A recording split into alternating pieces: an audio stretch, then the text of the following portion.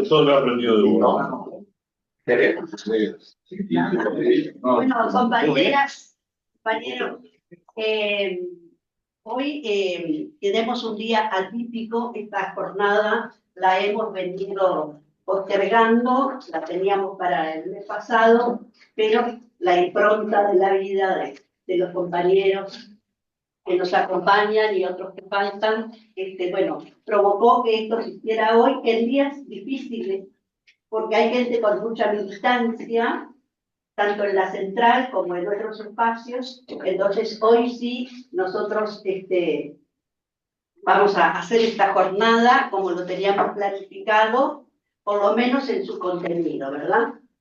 Y bueno, en ese sentido, nosotros, como finalización de este 2024, en los distintos eventos que hemos hecho, como Acción Sindical Uruguaya, como articulación y como la FES, queremos agradecerles infinitamente a los que han venido todo este ciclo y a los que incluso hoy se incorporan, porque ha sido importantísimo. De toda esa secuencia que hemos tenido de eventos, de encuentros, tenemos 4 documentos a los cuales le vamos a dar una utilidad, que nosotros creemos que todo eso que se produjo acá tiene que tener un destino. Y el destino va a ser no solamente que llegue a los trabajadores, sino que de acuerdo a lo que ocurra entre fines de octubre y noviembre, le haremos llegar a quienes irán a la elección, tanto en la primera vuelta o eventualmente en la segunda, hacerles llegar esos documentos para que vean que hay un contingente de trabajadores que pertenecen a articulación y que han elaborado a través de estos encuentros esos documentos. Y es una mirada del país desde el punto de vista de esta organización que le llamamos articulación, porque de eso se trata, de articular. Entonces, nosotros les damos la bienvenida, pero también el agradecimiento por habernos acompañado durante este tiempo, y esperamos que en el próximo año, ya con un gobierno que no sabemos cuál va a ser, que en un nuevo gobierno nosotros tengamos nuevas formas, nuevas propuestas, y que podamos transitar y contribuir para mejorar nuestras vidas y el país en su conjunto. Así que ahora le paso a la compañera Karina la posta. Ella va a ir determinando la moderación, y bueno, comenzamos.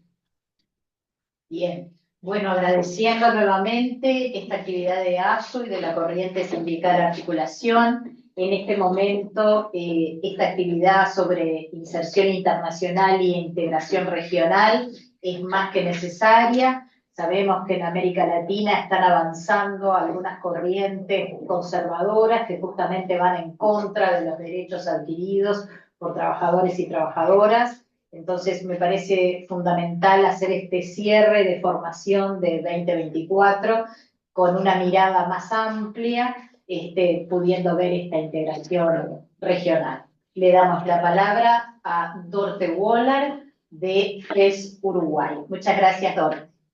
No, muchísimas gracias y muy buenas tardes con todos y tal. En primer lugar, tengo que disculparme por no estar en presencia. Obviamente hubiera querido eso, pero estoy con un problema de espalda que me quita la movilidad. Estamos muy bien representadas, la Fundación Ebert con Viviana Barreto. Y es apenas para decir que obviamente toda esa línea de eventos, de debates que tuvimos, y sobre todo el tema de hoy para la Fundación Ebert, Fundación Alemana Europea, es obviamente un tema sumamente importante, porque vemos nuestras raíces históricamente, obviamente, en el movimiento obrero alemán, y nos sentimos parte y somos parte del sindicalismo internacional que en su lucha por ampliar y ahora ya se trata más de defender derechos adquiridos, ha sido sumamente exitoso y obviamente por el internacionalismo. Eso de frente a cambios tecnológicos, a la misma globalización, ¿no? Haberse juntado y buscado la unidad internacional. Hoy día nos enfrentamos obviamente a cambios bastante más profundos en las sociedades. Eh, el, Se llama ahora el capitalismo tardío, que ya no es más financiero, más especulativo, menos productivo, que ya no requiere tanto de la mano de obra. La inteligencia artificial, el cambio climático, lo estamos viendo, bueno, todos los días por todo el mundo, y obviamente un neoliberalismo, se podría decir ya cultural, una individualización de las sociedades que impacta en la misma identidad como de trabajadores. ¿Quién aún, sobre todo entre jóvenes, se llama como siendo parte de la clase de trabajadoras y trabajadores? Todo eso menciono porque creo que más que nunca requiere de una lectura sumamente, bueno, sociopolítica del desarrollo de lo que estamos pasando desde el sindicalismo, en clave de justicia social y justicia ambiental. Esa capacidad de proponer programáticamente y obviamente con sus propuestas incidir a nivel político e internacional. Y ahí sí tenemos siempre momentos sumamente importantes multilaterales, otra COP 29 el año entrante con la COP 30 en Brasil, pero muchos ámbitos recién estuvimos también con un evento organizando ese diálogo en Fortaleza, en el Labor Trabajo 20 del grupo del G20. Esos son momentos muy claves y quiero hacerme referencia como somos fundación europea, que obviamente en ese sentido estamos viviendo un momento geopolítico de tremenda polarización. Europa vuelve a acercarse a América Latina porque se dio cuenta en esa polarización que como poderes intermedios te quedas entre dos polares así muy adversos y, y está buscando su independencia y eso todo en un proceso de buscar la transición justa también. Lamentablemente, las crisis que estamos viendo eh, aparentemente no apoyan como mucho a aumentar el internacionalismo y la solidaridad, sino más bien, ya fue dicho, un nacionalismo derechista y un regionalismo con el cual también, y hay que decirlo críticamente, la Unión Europea está preocupada por la transición justa de Europa y cumplir con la reducción de emisiones y todo eso, como si eso fuera posible hacerlo hoy día sin considerar como obviamente el planeta, la geopolítica y la comunidad de estados.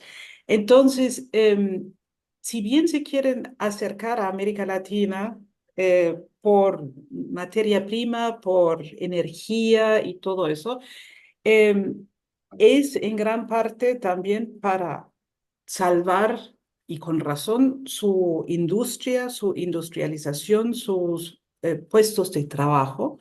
Y yo creo que ahí, y ahí llegamos a la integración nacional, se tienen que enfrentar y se deberían enfrentar con una posición en el mejor de los casos, y siempre ha sido nuestro trabajo como fundación en la región, en el sindicalismo regional, con una posición integrada, regional, de definir como una agenda mínima de condiciones conjuntas entre los estados, entre los gobiernos, entre las centrales sindicales, decir, bueno, bien, vengan, pero aquí está nuestra lista de condiciones que quisiéramos regionalmente defender como transferencia tecnológica, como valor agregado, como poner el trabajo en el centro de un modelo de desarrollo que no debe ser el de regresar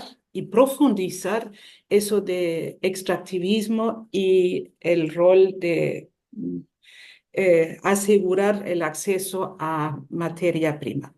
Bueno, yo creo que en ese sentido el debate obviamente es más que oportuno y obviamente en un momento en que también el sindicalismo se está internacionalmente juntando acerca del tema de la integración y eso también porque estamos viviendo una creciente desigualdad, por eso la justicia social también es central y ya fue dicho el peligro también de ver la democracia aún más debilitada.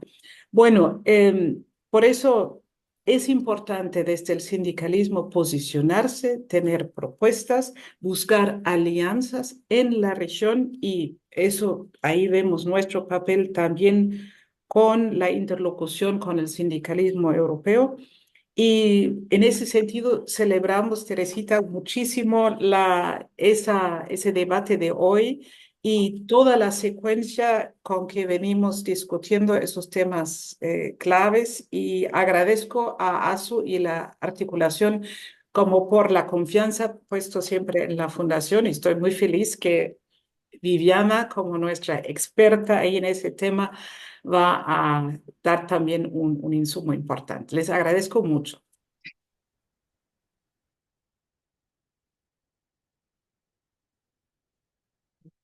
Me parece muy importante esto que traía Dorte. Yo en la introducción decía lo de la realidad latinoamericana, pero es mucho más que eso, como bien nos ilustra el sindicalismo europeo. Digo, últimamente vemos en las noticias todos los problemas de la industria automotriz en Europa, el aumento del desempleo. Entonces, estos temas que acá podemos hablar de pérdida de conquistas, de pérdida de derechos, en realidad ya está formando parte de un panorama mundial. Entonces, la verdad que nos ilustra mucho esto que tú traes. Continuamos entonces con la presentación de la doctora Vilena Bartel. Buenas tardes, muchas gracias. No soy doctora, soy licenciada, digo, por la punto, siempre es difícil después. Bueno, como bien decía, hay que impresión verse tan de primer plano. Voy a mirar para allá. Como bien decía Dorte, para nosotras desde la Fundación es un gusto enorme acompañar el proceso de articulación y de ASU y particularmente aportar a esta conversación acá. Y primero, antes de empezar, quiero agradecer y mandarle un abrazo grande a Héctor, que está conectado, y a Fabio por las coordinaciones y por las paciencias con las necesidades familiares de cambiar los planes de agenda y demás. Pero bueno, acá llegamos.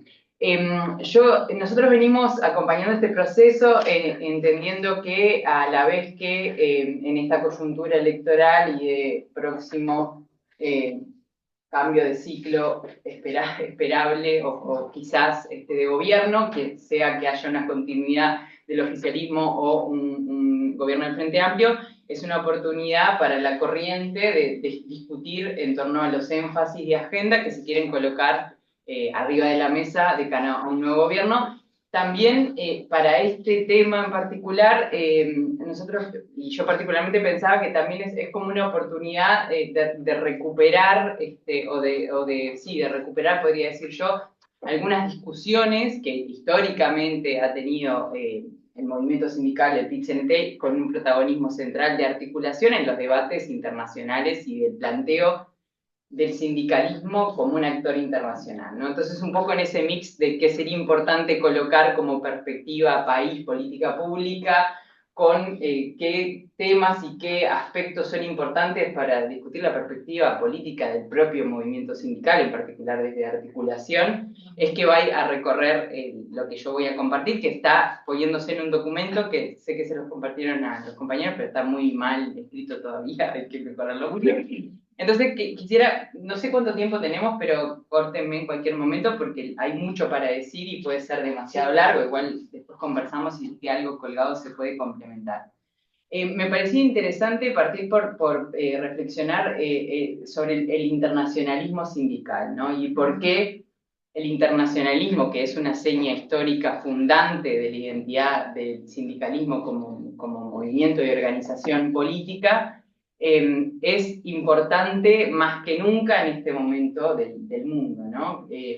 Si había motivos suficientes para una articulación de la solidaridad internacional en épocas de la primera revolución industrial, en este momento, con los impactos del capitalismo neoliberal que se comentaron en las intervenciones anteriores, es muy expresivo la necesidad de que el movimiento sindical sea concebido como un actor internacional y despliegue internacionalismo. Y que ese internacionalismo sea mucho más que la solidaridad internacional, mucho más que la movilización en torno a causas, procesos que ocurren fuera de fronteras, sino que sea acción sindical internacional. El movimiento sindical tiene una larga historia de construirse como actor internacional en distintas organizaciones, con intentos de organización y unidad, fragmentación, y ahí vamos. Me parece importante pensar esto desde el movimiento sindical uruguayo, que tiene una identidad política internacionalista muy marcada, pero que tiene desafíos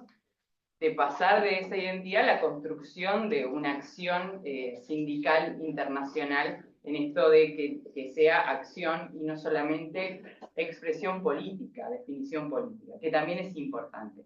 También esto de cuáles son las tendencias que el contexto del sistema económico y político global nos impone, cuáles son esas tendencias, entenderlas y por qué el internacionalismo tiene que ver con que también la agenda internacional y la perspectiva sobre política internacional tiene que ser priorizada en la plataforma política del sindicalismo, en la visión de país, no solo en la visión de mundo, en la visión de país que desarrolla el movimiento sindical, entender y jerarquizar la visión de mundo para tener una mejor incidencia política, ¿no? Para ser más efectivos en la lucha. Y también porque el desafío que enfrenta el movimiento sindical uruguayo, todos los desafíos que ponen en cuestión su ser, su identidad como organización colectiva, la concepción del trabajo, las relaciones laborales, la concepción de lo comunitario, lo común, lo colectivo, son procesos que ocurren a nivel global, a nivel de toda América Latina y a nivel mundial. Entonces,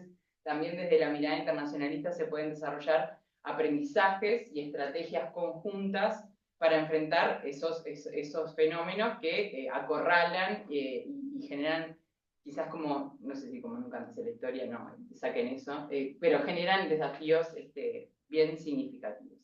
Entonces, yo, desde una mirada sindical que se ancla en América Latina, en esto de Uruguay como un país de América Latina y el Caribe, fuera de cualquier ilusión de excepcionalidad europeizante, ¿cuáles son esos contextos del mundo, esos contextos de la realidad actual que nos son como nuestra plataforma de pensamiento para esto de desarrollar una perspectiva internacionalista del movimiento sindical? En primer lugar, y ya lo decían todas las compañeras que hablaron antes y quizás profundizó un poquito más Dorte, cómo se expresa la globalización capitalista neoliberal en el día de hoy y cómo esa globalización implica una inserción periférica en la economía internacional de nuestra región, de América Latina y el Caribe. El capitalismo neoliberal hace que estas regiones del mundo, en particular América Latina y el Caribe, se limiten a participar en la economía mundial a partir de la provisión de materias primas básicas, bienes estratégicos para la energía, alimentos, minerales, y eso es lo que se expresa con muchísima claridad en los últimos tiempos, y nuestra región, que vivió una industrialización tardía en el desarrollo de la economía internacional y que tuvo, para allá por fines de los 50, 60, procesos de industrialización muy apalancados por políticas públicas que tuvieron difícil sostenibilidad y que hoy en día, además, sufre un proceso de industrialización desigual en algunos países que tienen mercados grandes o que están estratégicamente muy cercanos a mercados de gran magnitud de las potencias centrales. Eso es ese desarrollo económico industrial es lo que se presenta en nuestra región, incluso en los países en donde tienen más participación en la producción industrial. La participación en las cadenas globales de producción están en los eslabones de menor valor incorporado, con menor tecnología incorporada y con capacidad de tensionar y de generar encadenamientos económicos positivos menores, ¿no?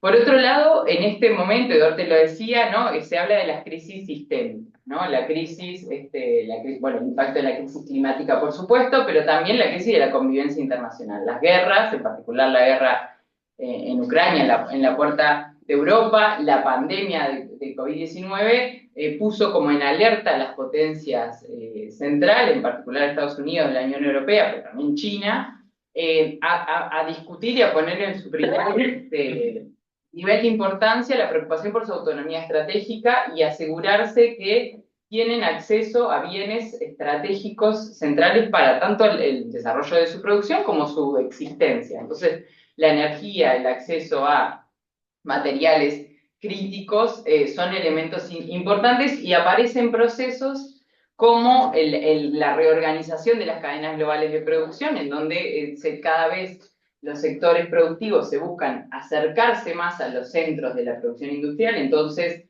hay quienes dicen que para México, por la cercanía con Estados Unidos, eso puede ser una oportunidad, ¿no? Pero por otro lado hay reorganización de la producción a otros países asiáticos más próximos a China, y eso implica una reevaluación de las inversiones y la producción global, en donde nuestra región sigue estando en la periferia y sobre todo dependiente de decisiones que se toman en los centros productivos del norte. Por otro lado, y esto Dorte lo dijo, la Unión Europea desarrolla toda una política buscando esa autonomía estratégica para, y se llama casi que textualmente, el acceso a materias primas críticas, fundamentalmente orientadas a la transición energética. Entonces ahí inversiones en la explotación de litio crecen en importancia, pero en nuestra región, en nuestro país, el hidrógeno verde, la búsqueda de otras fuentes de energía limpias o alternativas aparecen como un objetivo muy central, y nuestra región, que tiene una posición estratégica beneficiosa por la existencia de alimentos, de bienes imprescindibles en la transición energética, tiene dependencia de capital, tiene dependencia además tecnológica. Entonces en definitiva asume como una posición pasiva en torno a las decisiones y está desintegrada, ¿no? Y está históricamente desintegrada, ¿no? Y ahí entra un poco en la discusión de la integración regional que voy a desarrollar después. Entonces queda como una posición pasiva y dependiente de decisiones que se toman en otros lugares, ¿no? América Latina tiene una dificultad histórica en la forma como se ha desarrollado su desarrollo económico, la estructura de su producción. Esto la CEPAL lo estudia y lo analiza largamente, y si podemos mirar en documentación de la CEPAL fundacional, de la perspectiva del estudio de América Latina de los 60, o al día de hoy, y hay continuidades que se sostienen entre los primeros informes de la CEPAL y los últimos. Y una de ellas es que nuestra región tiende a crecer y a generar mayor cantidad de empleos en aquellos sectores donde la productividad generada es menor.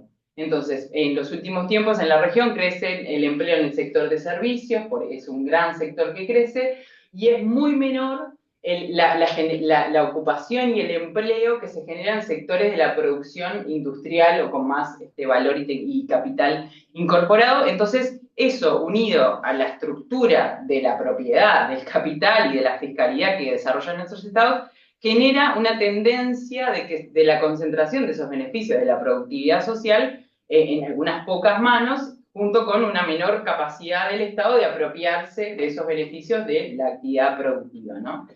Por otro lado, nuestra región históricamente se ha centrado en un crecimiento económico centrado en la dependencia de inversión extranjera directa y en una inserción internacional que en buena medida, estoy mirando no el Uruguay, sino América Latina y el Caribe, se conduce vía tratados de libre comercio, ¿no? Tratados de libre comercio que lo que hacen es limitar la capacidad de los estados de generar políticas productivas de promoción de otros sectores industriales y productivos y de alguna manera son un corset en que los países de nuestra región proveen bienes, materias primas con poco procesamiento industrial.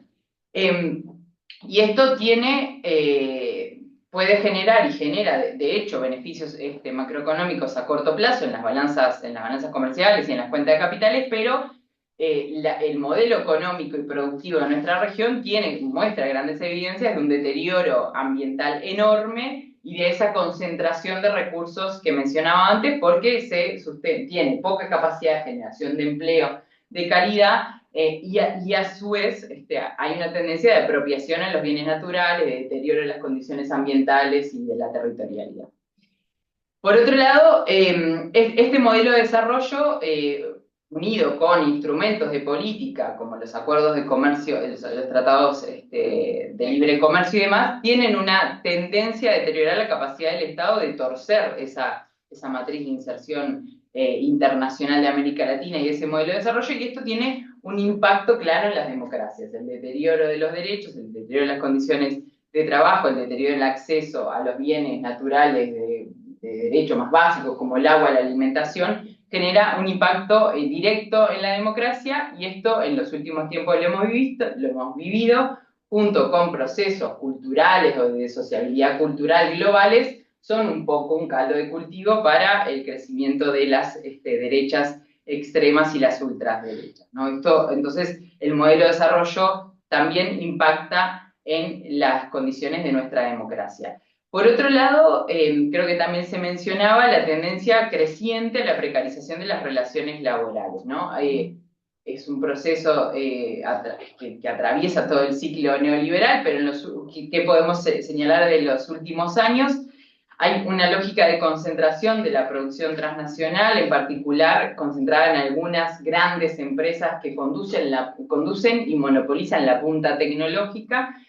Y esto lo pongo a la discusión, pero tienden, junto con la lógica de la retracción de la capacidad de los estados de regular ese proceso de revolución tecnológica, de alguna manera la acción de estas empresas generan y catalizan cambios en las formas del trabajo y en las concepciones del trabajo, pensando fundamentalmente, quizás la punta del iceberg son las plataformas, pero abajo de esa punta del iceberg está todo el proceso de digitalización y algoritmización de las formas de producción de bienes y servicios que van corriendo el margen de la discusión de los marcos legales y de la concepción de las relaciones de trabajo más clásicas, y los estados van corriéndola de atrás. Esto que se viene procesando hace muchos años a partir del impacto de la tecnología con lo que pasó en la pandemia, se ve como mucho más exacerbado, ¿no?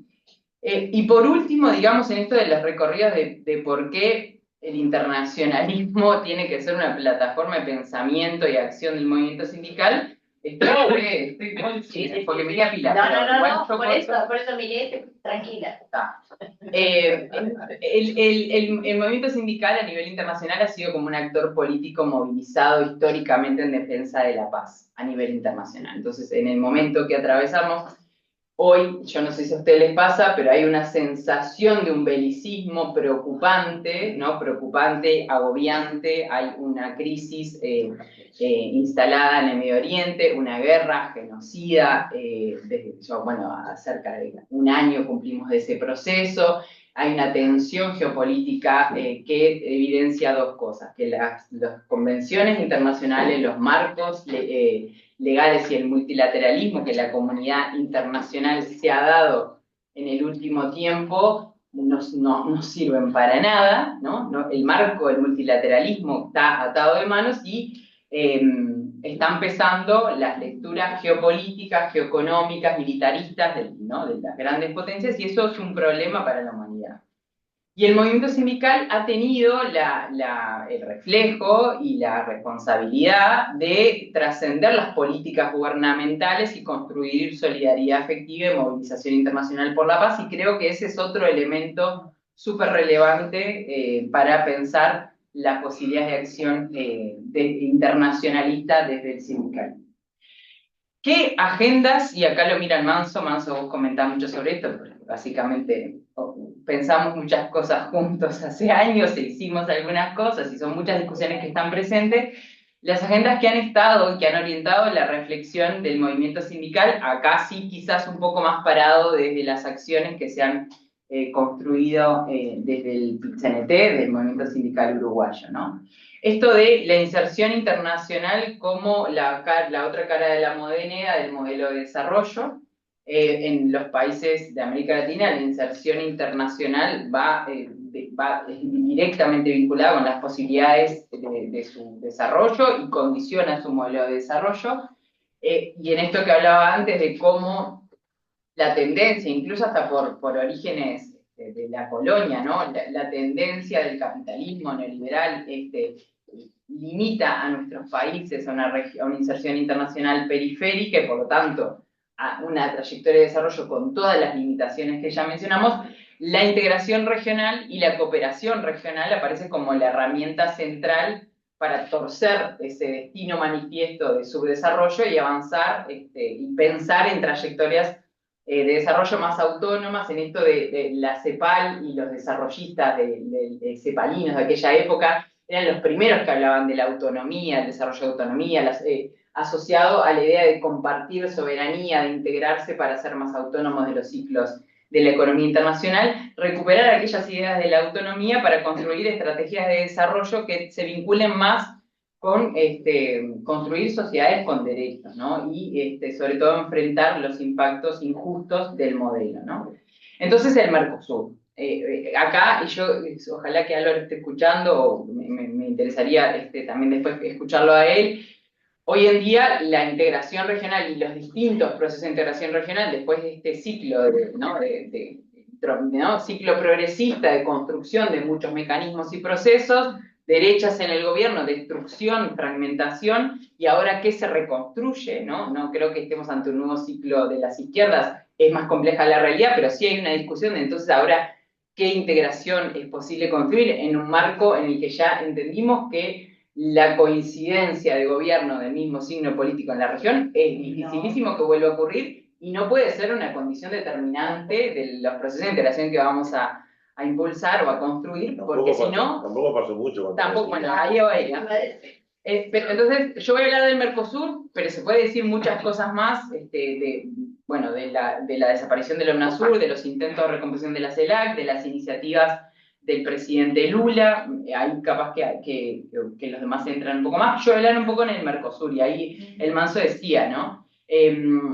Fue evidente que en los ciclos, en la coincidencia de los gobiernos progresistas, el Mercosur tuvo muchos avances en la construcción de políticas en muchas áreas, ahora tuvo enormes dificultades en construir soluciones materiales concretas para que el impacto de la integración regional tenga un correlato, ¿no? En esto decíamos, en la capacidad de torcer la forma de nuestro desarrollo productivo, económico y por lo tanto las condiciones que tenemos para generar empleos y otras condiciones de vida, ¿no?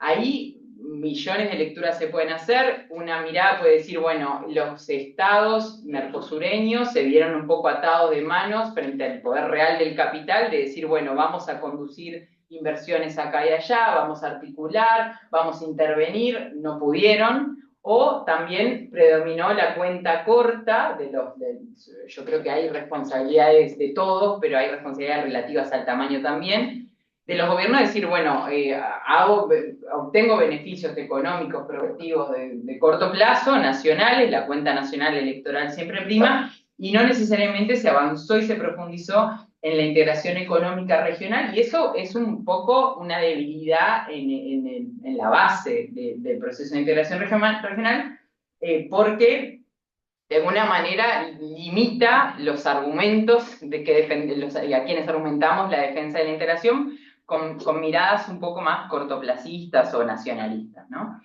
Entonces, las dificultades del Mercosur en los periodos progresistas en esta materia fueron claras, el movimiento sindical se movilizó mucho por esto con pocos resultados. Ahora, si nosotros miramos al Mercosur hoy, el Mercosur sigue representando más sobre un 25% de las exportaciones del Uruguay. La mayor parte de las empresas exportadoras, más de la mitad de las empresas exportadoras, tienen al Mercosur como destino y el 60% de las empresas que exportan, el Mercosur es más de la mitad de todo lo que exportan. La mayoría de las pymes, de las micro, pequeñas y medianas empresas exportadoras, exportan al Mercosur y son esas empresas las que en la canasta de exportación aportan los bienes con mayor procesamiento, bienes de química, los productos de la bebida, productos de la partes de la industria automotriz como los más grandes, pero también hay otros. Entonces son los que tienden a enfrentar esa cosa de la primarización de nuestra canasta exportadora y tienen mayor tracción en la generación de empleo, ¿no? Entonces, es indudable que hay en la región un papel central a cumplir para avanzar en eso que el movimiento sindical profesa, proyecta y demanda y propone hace mucho tiempo de transformar la matriz de producción. Entonces, ahí hay un elemento central y hay algunos indicios de por dónde se puede ir. Por ejemplo, en los últimos tiempos se ha avanzado en las políticas en torno a la industria automotriz del Mercosur, que hasta hace un tiempo son acuerdos que están como un poco en un régimen excepcional, y se ha buscado regionalizar el comercio en el sector automotriz, y creo que es un sector en el que se podría profundizar un poco más. Ahora, entonces, la insistencia con las políticas de integración productiva es un elemento central. También desde la perspectiva sindical hay como que recuperar un poco toda la enorme trayectoria de construcción del movimiento sindical en torno a la mirada hacia las políticas de generación de empleo y el impacto en el empleo de los acuerdos de comercio regional, ¿no? Y ahí hay mucha institucionalidad creada, pero en particular yo quería destacar la necesidad de revitalizar ámbitos como el grupo de alto nivel de empleo, que tiene un perfil de diálogo social, de propuestas técnicas, de atender a la generación de empleo en las políticas de integración regional.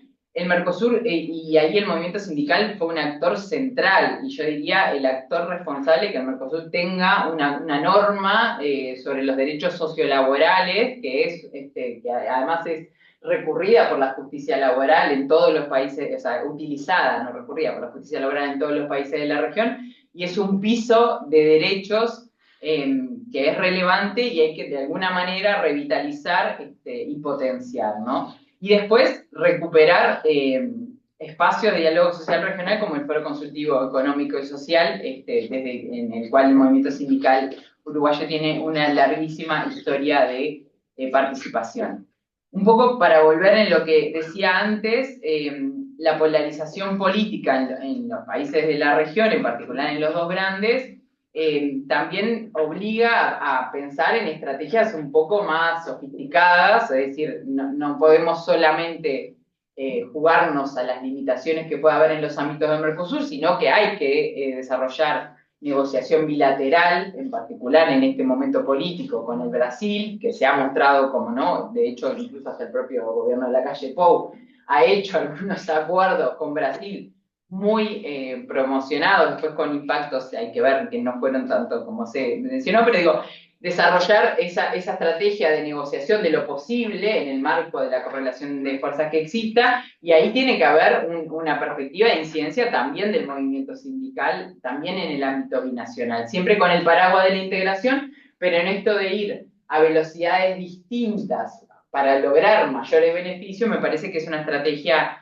interesante en materia para profundizar las posibilidades políticas que tenemos. Voy a ir a un punto más y después algunas cosas más y dejo cosas para la discusión después. Bien. Un punto más. Esto de si el Mercosur y la integración regional es una plataforma para nuestra inserción económica internacional o es un limitante, que es una discusión que de alguna manera atraviesa todo el marco político, de los partidos políticos y con énfasis distintos, con nombres diferentes, también desde muchos sectores de la izquierda, diría yo, se plantea al Mercosur como un limitante de una inserción internacional en lo comercial más potente, ¿verdad? Yo creo que ahí el movimiento sindical uruguayo ha desarrollado con muchísima responsabilidad y lucidez política posiciones que superan lo dogmático, esto de si Mercosur sí, Mercosur no. Obvio que hay una postura histórica en defensa de la integración regional, pero no es dogmática, tampoco hay un dogmatismo en si TLC sí o TLC no, sino que hay una mirada que tiene que ver con analizar los instrumentos y estudiar sus impactos, ¿no? Entonces eso me parece que es importante y que sí tenemos que reconocer y pensar desde este lugar, un poco lo que decía antes, ¿no? En toda su historia de vida, el Mercosur no logra constituirse en una zona económica de comercio integrado, sin barreras, que a países pequeños como el Uruguay le permita desarrollar su producción y saber que va a contar con ese mercado ampliado para comercializar. Y eso es un limitante claro que hay que atender y que hay que negociar y que hay que seguir insistiendo. También es verdad que hay dificultades en la atracción de políticas de integración productiva que nos ayuden a esa tan buscada transformación de la matriz de producción, y eso son dos elementos que tienen que estar en la primera línea de la negociación, pero no en una clave de ruptura, ¿no? En una clave de ruptura. Y ahí quizás es el matiz con algunas posturas de este último gobierno, ¿no? Porque también, ¿cuál es la alternativa? Ruptura con el Mercosur y negociación de tratados de libre comercio con Estados Unidos. Ahí está Álvaro Padrón, yo estaba mirando acá. Estaba ahí, estoy acá. Es como Snoopy, que aparece.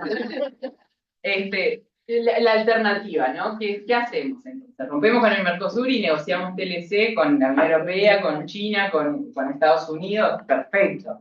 Ahora, lo que ya sabemos es que los TLC nos van a, primero, van a poner en cuestión nuestro acceso al mercado del Mercosur, porque hay acuerdos y ahí discutimos meses si viola el Tratado de Asunción, no lo viola, lo cierto es que lo viola y lo cierto es que los grandes van a poder decir, bueno, si vos querés negociar bilateralmente con China, primero no va a ocurrir, porque los chinos no van a negociar con Uruguay para pelearse con Brasil o con Argentina, pero sobre todo con Brasil. Si vos querés romper, vamos a renegociar tu acceso. Y si ahora tenías dificultades para entrar el arroz en Brasil, no va a entrar nunca más el arroz en Brasil, por ejemplo, ¿no? Entonces, eso es un falso atajo, es un atajo de corto plazo, y también lo que sí hemos aprendido, y se ha aprendido mucho en el movimiento sindical, y yo lo aprendí en el movimiento sindical y después en la facultad, pero así literal, que los tratados de libre comercio, el formato tradicional del tratado de libre comercio tiene impactos nocivos en nuestra estructura de desarrollo productivo y en nuestra capacidad de desarrollo de producción industrial en otros sectores, o sea, nos condena a vender soja, madera, carne y poca cosa más, y sobre todo tiene un impacto muy fuerte en lo que nosotros y el movimiento social también llamamos de Redes Amigos de la Tierra, donde también hemos desarrollado mucha de esta reflexión, en limitar la capacidad del Estado de construir políticas públicas para la soberanía. Y esto implica tanto porque nos prohíbe a los Estados a desarrollar políticas de protección industrial, pero también porque regula los servicios en un sentido privatizador, es decir, el comercio internacional entiende como servicios, y esto desde la OMC, la salud, la educación, el transporte público, el acceso a las telecomunicaciones, esos son servicios, son desde nuestra perspectiva, son elementos que hacen a la actividad social más básica y a los derechos de las personas, pero hay una lógica de privatización de esos sectores de la actividad, limita la capacidad de las compras públicas para el desarrollo productivo, otorga facultades y derechos de primer orden a las inversiones extranjeras y a las empresas extranjeras. Entonces, hay que discutir la forma, ¿no? La integración regional con todas estas limitaciones que mencionábamos y todos estos aprendizajes que vimos a lo largo de los ciclos también de los gobiernos progresistas, en donde nosotros del movimiento sindical sentíamos que teníamos más incidencia, no resuelve, hay que trascender a otra etapa de la integración regional. Los formatos de tratado de libre comercio, con los que, formatos clásicos que conocíamos, y ahora con elementos de la economía digital todavía mucho más agresivos, son una amenaza clara sobre nuestras capacidades de desarrollo en nuestros territorios. Y hay una lógica del adueñamiento privado de los bienes públicos que tienen estos instrumentos que son muy preocupantes. Una cosa más con relación al Tratado de Libre Comercio con la Unión Europea, eso es un ejemplo clarísimo de acción sindical internacional. El movimiento sindical de la región, desde la Coordinadora Central de Sindicales del Cono Sur, pasó en no sé en qué años A decir queremos que haya una cláusula laboral en el tratado, a decir el tratado está mal porque es asimétrico, porque es injusto, porque limita nuestras capacidades de desarrollo y de construir democracia, y ese pronunciamiento, que el movimiento sindical de la región lo podía construir con más facilidad, lo hizo en conjunto con la Confederación Europea de Sindicatos, ¿no? Entonces, después la negociación con el Mercosur Europea se jodió no por la acción del sindicalismo, sino porque se complicaron los intereses ofensivos y defensivos de los dos negociadores, pero ahí sí hay un elemento, ¿no?, de incidencia, de construcción de una de acción sindical internacional del movimiento sindical desde el Mercosur, que creo muy relevante destacar. Fui salteando cosas en el documento, voy a dejar dos elementos, no los voy a desarrollar, en lo que llamaba en el documento el rol del multilateralismo para una gobernanza global basada en la justicia. Y ahí dos elementos. Uno, la Organización Internacional del Trabajo, que hay mucha gente que sabe de los procesos de la OIT mucho más de que yo, pero bueno, la Organización Internacional del Trabajo tiene un papel fundamental y ha estado, como lo ha estado el multilateralismo, bajo cuestión en los últimos meses, en los últimos tiempos, el sindicalismo internacional, pero gracias al sindicalismo de las Américas, y ahí Hugo Barreto, que es un compañero de esta casa, tiene un papel fundamental, logra un poco enfrentar el cuestionamiento al derecho a la huelga como una herramienta central para la lucha sindical e interponer una demanda ante la Corte Internacional de Justicia para que laude, digamos, si el convenio 87 de la OIT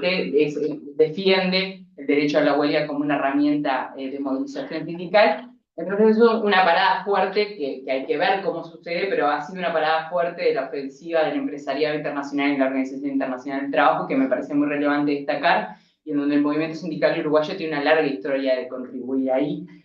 Pero también es verdad que la OIT en los últimos tiempos, y yo escuchaba a Marcelo Di Stefano, que es un abogado laboralista y sindicalista de la Internacional de Servicios Públicos, decir hace tiempo, que la OIT ha desarrollado normativa en los últimos tiempos, pero quizás desde el convenio 189, que reconoce el trabajo doméstico, no me acuerdo del año del convenio 189, perdonen, no ha producido una convención que ataque a los derechos económicos del trabajo, como fue ese convenio que reconocía el estatus de trabajadora de un sector de trabajadoras muy significativo, que ha producido normativa, pero normativa, digamos, blanda, con relación a la intervención en la contradicción capital-trabajo, y eso es un elemento de deterioro que, unido a esta arremetida contra el derecho a la huelga, es significativo y hay que atender. Y bueno, y el año que viene tenemos esa discusión sobre plataformas, que por ahora hay solo un documento inicial que parece bastante lavadito,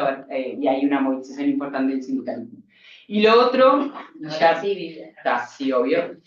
Hay una discusión internacional, el movimiento sindical uruguayo ha participado sobre un tratado internacionalmente vinculante que limite la violación de las empresas transnacionales que hacen sobre los derechos humanos. Ustedes saben que las empresas transnacionales protegen sus inversiones vía tratados de inversión o de comercio que les dan derechos de llevar a juicio a los estados, a juicios internacionales a los estados por políticas que ellos entiendan que limitan su capacidad de inversión.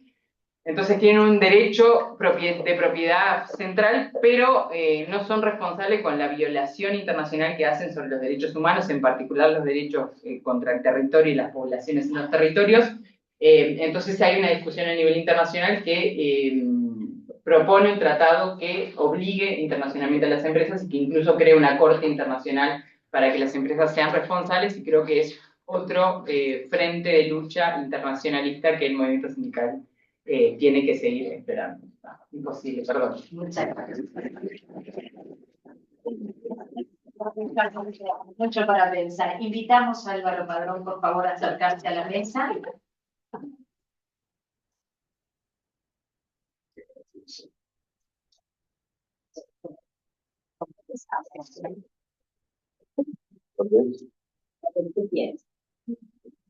Volcada con el más. Hablemos con los nenes. Aprovechamos a agradecer a todos los que están acá presencial, a los que están por Zoom, y cuando terminen las presentaciones vamos a hacer un espacio de discusión o de preguntas o comentarios. Ahora le damos la palabra a Fernando Gambera, distinguido dirigente bancario de larga trayectoria, tanto nacional como internacional. Sí, claro. Buenas tardes, ya estoy practicando para jubilado y ando bastante bien. Estoy jugando cada vez mejor. Están en los descuentos. Bueno, primero que nada, gracias por darme la oportunidad de conversar un poco, de dejar algunas reflexiones. Gracias a Articulación por eso, gracias por tenerme en el medio de dos que me ayudan en pila como para que yo pueda contar un poco desde el corazón este tema, ¿no? Y todo lo demás, la sabiduría la van a aportar ellos mucho más que yo. Y también gracias a la FES por el apoyo en todo este periodo como parte de Articulación que también soy, ¿no? Yo creo que era el año pasado, cuando cerrábamos el ciclo también, que me tocó estar en una mesa en la que estaba Chaschetti y nos pedía, frente al desafío del tránsito en el que estamos, que tuviéramos muchísimo cuidado con la unidad, que cuidáramos mucho la unidad. Y estamos en eso. Estamos mucho en eso. Pero acá pues me siento un poco más en confianza, no porque crea que todos piensan igual que yo, que sería demasiado aburrido, sino porque ojalá haya debate y haya de opiniones, No te escucho. pero lo que sí Hola.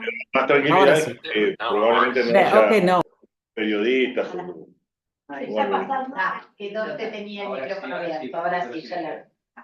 En ese sentido, digo esto de la unidad, porque iba a arrancar por ese lado. La generación que nos antecedió a nosotros, pero y mi generación también, la generación del 83, aún habiendo crecido en dictadura, está muy impregnada de esa generación que nos antecedió y daba los debates en el concepto del internacionalismo proletario, daba los debates desde el arranque, posicionándose en función del análisis desde la política, desde el lugar en donde su concesión ideológica lo iba ubicando, ¿no? Y probablemente su contradicción principal en el mundo era la Unión Soviética, Estados Unidos, en otro era el capitalismo mundial y el pueblo, otro era la nación y no sé qué, y tan así era que una de las 5, o no me acuerdo, no las conté, pero una de las pilares fundamentales de la construcción de la unidad hace 50 y pico de años, que da nacimiento a la CNT, no nos afiliamos a nada. ¿Por qué? Uno estaban para el lado de la FCM, otros para el lado de la CMT, otros para el lado de la CIOLS y otros, ¿no? Algunos para ninguna. Y entonces, no dijeron no nos afiliamos a nada, pero hicieron un acuerdo en donde tenías que tener 3/5 del Congreso para afiliarte a algo. Era como que nunca te ibas a afiliar a nada, cosa que ha ocurrido y no nos afiliamos a nada. Ahora, el problema de ciertas características típicas de nuestro movimiento sindical es también que se habrá pasado agua bajo el puente, ¿no? Y tanta que, por ejemplo, a partir del 2008 nació una CSA en América, la versión americana de la versión mundial, que era la CSI, que unificaba gran parte de todas las expresiones, y un congreso del PCNT en el Palacio Regional decidió que no nos íbamos a afiliar, tampoco, ni siquiera en ese proceso de unidad. Y entonces, cuando vos haces de cuenta que no pasa agua bajo el puente, Convencer que abajo no hay un arroyo, pero ¿para qué hicieron el puente, no? Porque por algo pasa agua. Yo lo llevo a la analogía de que es como que los compañeros de Sonia, los de Santander, tuvieran su sindicato y no quisieran saber nada con AEU. Y se convencieran que AEU existe ahí, pero a nosotros no nos importa y nosotros seguimos en la nuestra, o los trabajadores del macro, se dedicaran a sus cosas, a los gondoleros, a la cajero, y Sonia se dedicara a los cajeros que no hay más, a algunos otros temas, y nunca iban a hablar ni de Fuesi ellos, ni de AEU ustedes, porque no somos parte. Y eso creo que nos viene haciendo progresivamente bastante mal. Y entonces, el otro día en la mesa representativa me fui un poco en este marco de cuidar la unidad. ¿Cómo sería? Y dije que estábamos aislados, ¿no? Estamos aislados para afuera, porque no tenemos vinculación internacional que nos permita. Sí nos vamos con todo el mundo, pero no tenemos actitud proactiva hacia lo internacional. Pero ahora, no sé, estamos complicados hasta para adentro. No tenemos demasiada actitud proactiva ni para conversar adentro. Hubo respuestas, ¿no? Nos respondieron que en realidad no estamos aislados, que todos los demás se corrieron. Ah, muy bueno. Esa fue la respuesta. Y es verdad, algunos se corrieron, sí, pero es verdad que también nosotros estamos cada vez más corporativos, ¿no? Y hablamos del gondolero, del cajero del banco, hablamos de la historia de cada uno, de las peripecias de cada uno, que hay que hablar y que hay que hacerse cargo, pero no hacemos nunca una discusión y una agenda que te dé contexto, ¿no? Entonces, lo de movimiento sindical, político, social, cada vez se nos está quedando más remo, ¿no? Y cada vez somos menos movimiento sindical, político, social, y ni hablar a nivel internacional. Yo creo, y lo dice al pasar, no tan al pasar, pero bueno, lo incluyó en su. Yo creo efectivamente, hoy sí tenemos una crisis de paradigma, yo no hay ningún modelo que me permita pararme en ese lugar ideológico de la defensa de un modelo y discutir con Álvaro o con Viviana o con él, no sé, creo que yo tampoco. Pero hay una contradicción hoy día, que para mí fundamental en el mundo, y es la paz y la guerra. Y tampoco en eso estamos conectados con esa. Los análisis políticos en el movimiento sindical de Uruguay no arrancan de esa contradicción que es la paz y la guerra. La paz y la guerra que además está directamente vinculada con las cadenas de valor y con el reparto del capital que vos decías. El Santander, con el que nos estamos dando de bomba, es uno de los principales financiadores de la guerra, de la industria armamentista y de todo lo que está vinculado a los ataques que están habiendo en más de uno de los puntos del mundo. Y nosotros mismos no empezamos por arrancar ubicando a quién estamos enfrentando. Eso, de alguna manera, esa dificultad en el análisis político, que yo lo digo para que, sobre todo, la juventud y los que vienen en adelante empiecen a tomarlo el desafío de generar otra vez el debate en eso, en ubicar los paradigmas por dónde van. ¿Para qué? Para recuperar plataforma, ¿no? Para recuperar los temas que deben integrar nuestra reivindicación y nuestra plataforma política en perspectiva, para adelante. Yo decía, teniendo a Álvaro, me ahorran una cantidad de cosas, me doy el atrevimiento de contar por qué yo me arrimé a los temas internacionales. Porque en algún momento alguien me invitó a dar una mano en lo que en aquel momento era el equipo de representación en la Junta Nacional de Empleo, en la JUNAE, que hoy es INEFO. Y para dar una mano en eso también tenías que interactuar o ibas por lo menos a casi todas las reuniones de la Comisión de Empleo del PICNT. Claro, si me pusiera a nombrar me olvidaría de alguno.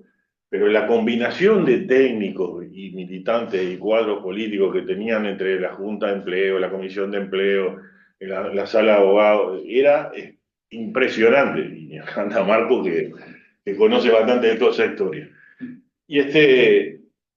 Y un día me dijeron, sí, lo que pasa es que nosotros este tipo de problemas, este tipo de cosas como las certificaciones, las tenemos que ir a plantear o tenemos que trabajarlas en el subgrupo 10 o en la Comisión Sociolaboral del Mercosur. ¿A dónde? Y estamos hablando de 90 y algo. El Mercosur que había nacido y la verdad yo estaba en contra. A mí me sonaba que si lo hacían la calle, Menem, Rodríguez y Coloredel, seguro que era una mierda eso. Bueno, si lo hacían estos cuatro, sí que hubo toda una militancia, algunos están por acá también, toda una militancia que recorrió el país entero, desde la izquierda, de los movimientos sociales, diciendo no, pero no vamos a crecer nunca, nunca vamos a tener desarrollo suficiente, no, si no crecemos no vamos a repartir un pito, no sé qué, y generaron toda una cosa que fue decantando en esto. Entonces, mi acercamiento a la actividad internacional tuvo que ver con una cuestión que era importante para los laburantes, para los trabajadores, que era ni más ni menos que reconvertirse en un proceso de pérdida de puestos de trabajo por la pérdida de industrias y demás en aquella década del 90 y de flexibilización, resulta que terminamos acercándonos a generar regulación a nivel regional y de integración a través de la coordinadora con su grupo 10. Entonces ahí me parece que están las claves de cómo empezar a generar otro ambiente de trabajo y demás. ¿Y qué habría que potenciar y reivindicar en estos tiempos? Bueno, ni hablar que hay una cantidad de temas que están vinculados al cambio en el mundo del trabajo, hablaba de la plataforma, se nos ha pasado sin pena ni gloria regulaciones tanto en los países del Mercosur como en el nuestro propio de teletrabajo y demás. Y no sé, yo no recuerdo ni siquiera opiniones nuestras. Pero en suma, lo que me parece que hay que reivindicar y repotenciar otra vez es volver a plantar esa participación social en todos los mecanismos de integración y de inserción internacional. Y ojalá el 27 de octubre marque un cambio político en el país y ojalá podamos hacer entender esto al nuevo gobierno diciendo, bueno, aquí si pudo haber un GACH para ver qué hacíamos con la pandemia, debería poder haber una cosa parecida, un GACH o algo así, en donde además tenga participación social y particularmente el movimiento sindical para cerca del Poder Ejecutivo y muy cerca del edificio, torre ejecutiva, haya participación social y haya opinión y haya orejas, ¿no? Yo, otra de las que me pasó fue el TISA famoso, que nos opusimos aquí en el marco de un gobierno del Frente Amplio que pasó para el otro. Y recuerdo la cara de Tabaré Vázquez 3 días de asumido en el segundo gobierno, donde le dijimos, bueno, nosotros lo que tenemos son muchas dudas y muchas cuestiones contra el TISA. No sé qué es. Déjame averiguar y después. Y averiguó, eso lo pasó al Frente Amplio, pero lo más grande que te pasa, y eso es lo que creo que tenemos que recuperar, es que los trabajadores municipales, o sea, el sindicato de municipales de la ciudad de Oslo, invitó al PIT-CNT a ir a dar una charla y a tener una serie de actividades y intercambios a Noruega, a Oslo, para ver las posiciones y las razones por las que el movimiento sindical uruguayo se había opuesto al TISA y había logrado que Tabaré Vázquez lo echara para atrás. Y después de una reunión en donde habían como 15 parlamentarios de Noruega, traducción mediante, además un poco más complicado, pregunté a los que me habían llevado, le pregunté, ¿y esto eran todo izquierda? Tanto en contra, ¿no? Y esto eran todo izquierda, no, que izquierda. Había de la más derecha hasta la más izquierda.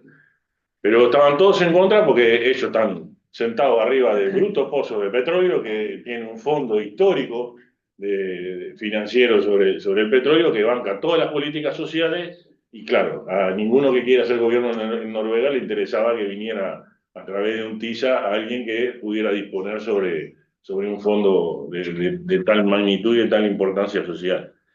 Entonces, para mí hay que recuperar esa posición y hay que recuperar ese lugar de protagonismo y de proactividad. Y para eso solo se hace si se está en donde hay que estar. Si se está en la CCA, si se está en las puertas y en los lugares que una organización internacional que tiene el picaporte de todas esas puertas, te la abre y te la hace entrar. Y si no estás, estarás con algunos amigos tuyos y nada más.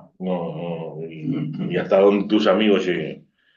¿Y para qué? Para crear no sé, pero otra vez todo un trabajo y un debate sobre un proyecto de desarrollo que necesariamente, más allá de las vicisitudes ideológicas de los gobiernos que nos toquen y demás, convencer de que tiene que haber una política de Estado y una política de integración regional que tenga complementación como un eje fundamental, que tenga en cuenta las distintas bueno, cadenas de producción que permitan complementarse. Obviamente que tiene que haber también acuerdos en el cuidado del medio ambiente, bueno, todo lo que de alguna manera manejaban ustedes, pero para eso, además de los profesionales que salen de la UDELAR como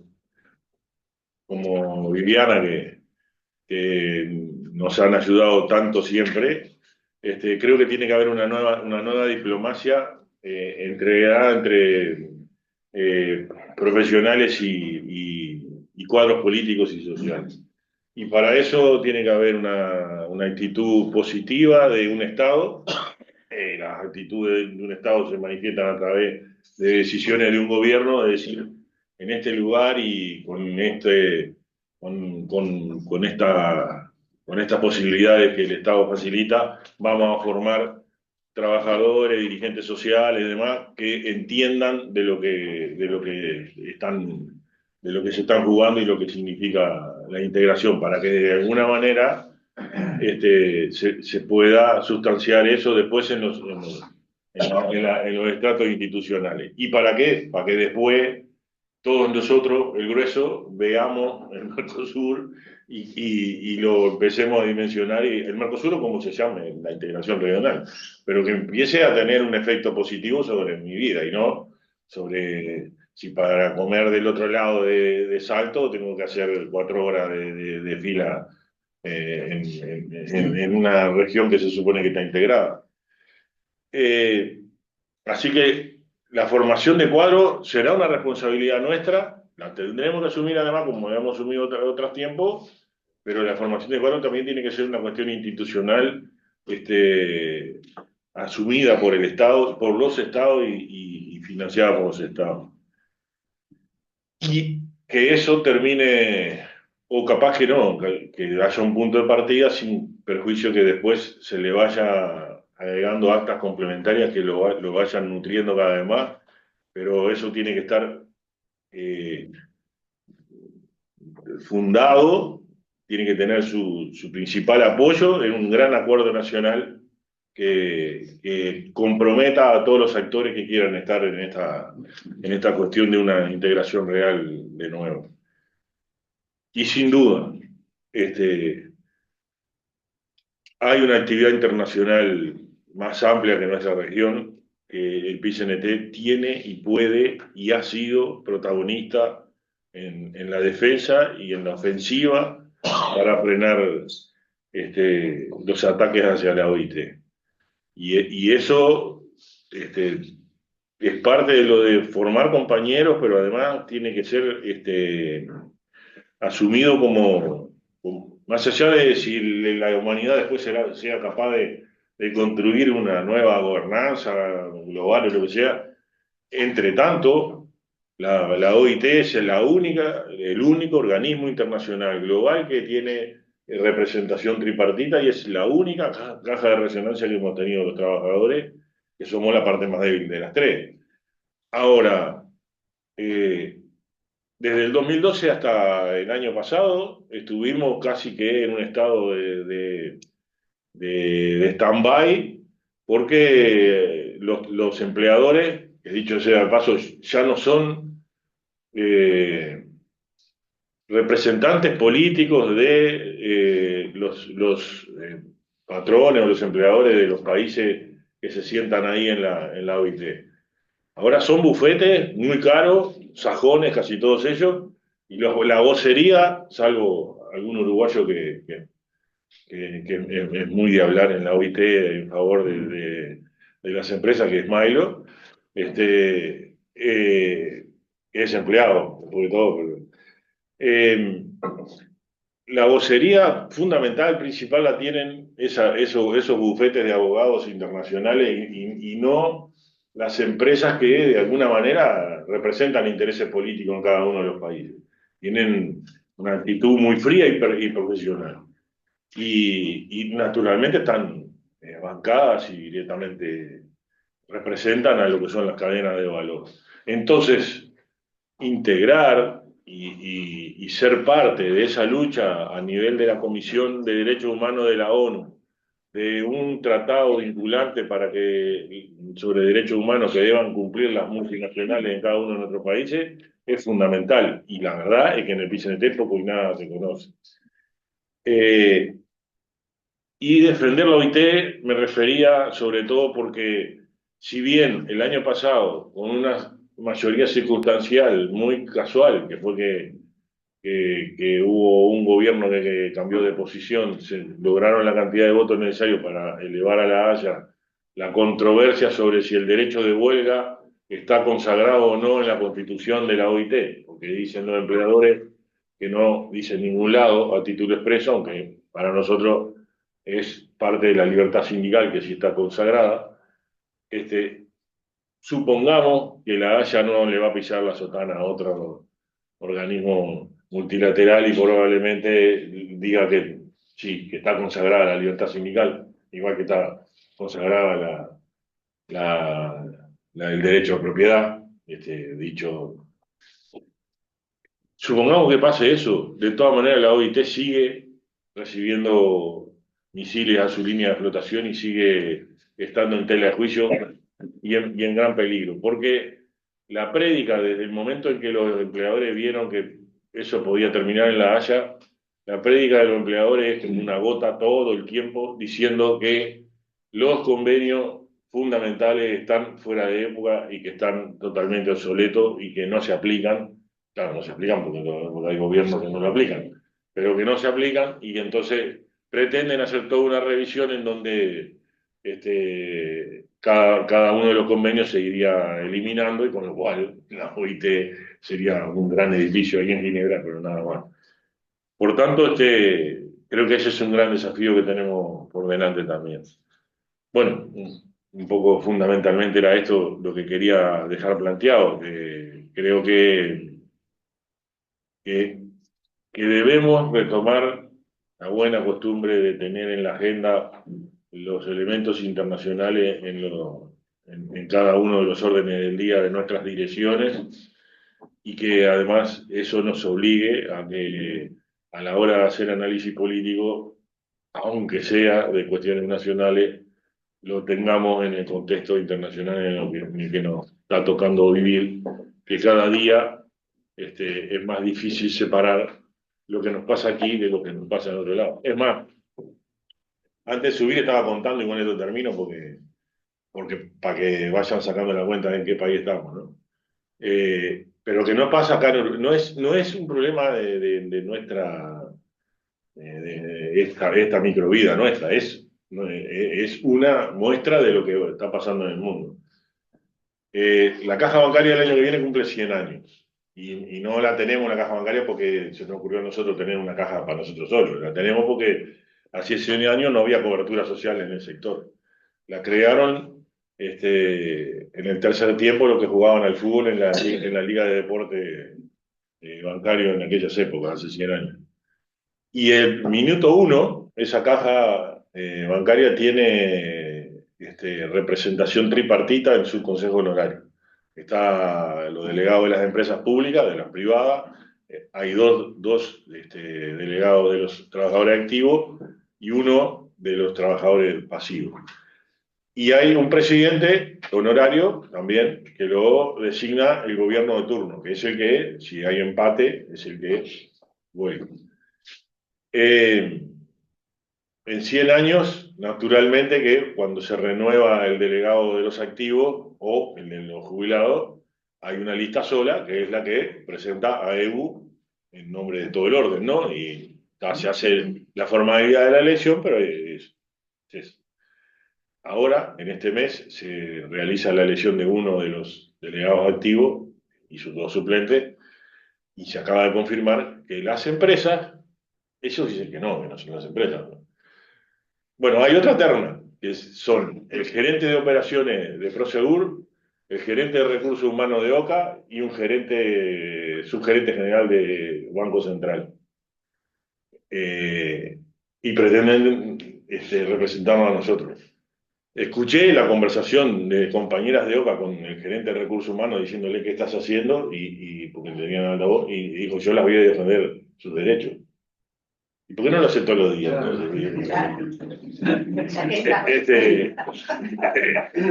Eso da la pauta de que pasado mañana nos van a querer sacar a nosotros de la OIT. O sea, si no les sale lo otro, nos pondrán. Bueno, y además, porque con esto termino, porque no hace falta que inventen nada, porque ya hay centrales sindicales de derecha que los representan a ellos 2x3. O sea que tienen que agarrar y elegir alguno de esos y empiezan a sacarnos a nosotros de costado. Así que a ponerse las pilas. Gracias. No, gracias. Hay un compañero, Mario Pérez, que nos felicita por la actividad. Felicita a todos. Mario Pérez, que es un compañero sindicalista y que trabaja mucho en todo lo que es desarrollo productivo. Sí. Bueno, le damos la palabra a Álvaro Padrón, dirigente sindical, ex director de FESUR Uruguay y analista en política internacional. Te escuchamos, Álvaro. Bueno, gracias y buenas tardes a todos y a todos. Empiezo disculpándome porque llegué tarde, pero estaba escuchando. Por eso decía Vivi que estaba en todos lados. Y aprovecho, no sé si está todavía, darle un abrazo a Dorte y que se mejore, porque entendí que anda con alguna nana, así que... Y les pido disculpas porque tengo que salir antes de que termine la actividad. Esta reunión se cambió 3 veces, lo miro al pobre Fabio. Y yo siempre dije que sí, y hoy es el cumpleaños de mi compañera y tengo que cocinar. Sí, voy a hacer. No es de Lorenz.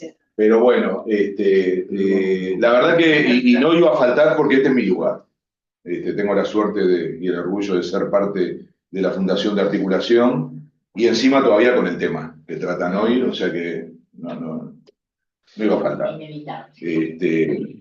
La intervención del Manso me resuelve un montón de cosas, aunque al final voy a decir algo que él no dijo, porque soy medio bestia y me siento parte de esto, entonces voy a hablar de lo que creo que tiene que hacer Articulación.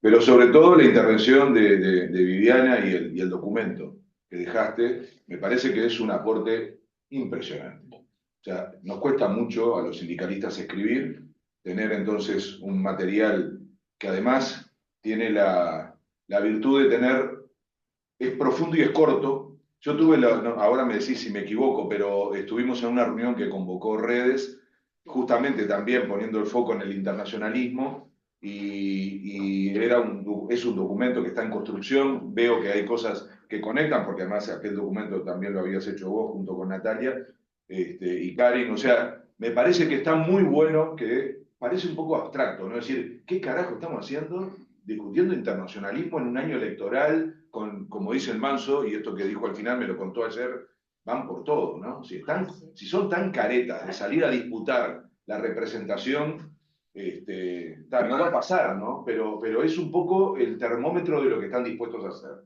Entonces, ¿por qué meternos en un tema tan abstracto en principio, ¿no? Que me parece, sin embargo, extremadamente oportuno hacerlo. El documento que yo digo, que ojalá Vivi pueda compartirse si lo terminan sobre todo de completar, tiene una enorme acumulación teórico y práctica, porque hoy precisamos más de eso. Lo decía un poco el Manso cuando hacía referencias a procesos anteriores del sindicalismo. Nos metíamos en discusiones teóricas y también éramos capaces de llevarlo a la práctica, ¿no? Porque el sindicalismo es eso al final. Y yo creo que hay que volver a ese ejercicio. Y me parece que este documento, tanto el que nos muestra Vivi más resumido como el que yo vi de materia con ese enfoque internacionalista, tiene eso, y tiene sobre todo la capacidad de haber sintetizado experiencias de otras redes, de otras organizaciones nacionales e internacionales y de distinto enfoque, porque esto es muy importante, la política de alianzas que tiene que tener el movimiento sindical para poder tener fuerza. Ya no alcanza con creerse que somos los dueños de la verdad y que podemos solos enfrentar los desafíos que hay. Entonces, valoro mucho ese esfuerzo y ya planteo la necesidad de que sea más difundido, ¿no? Me quedo con una idea que era muy bueno ese material porque mostraba principios y objetivos y lo ponía luego con propuestas de qué hacer.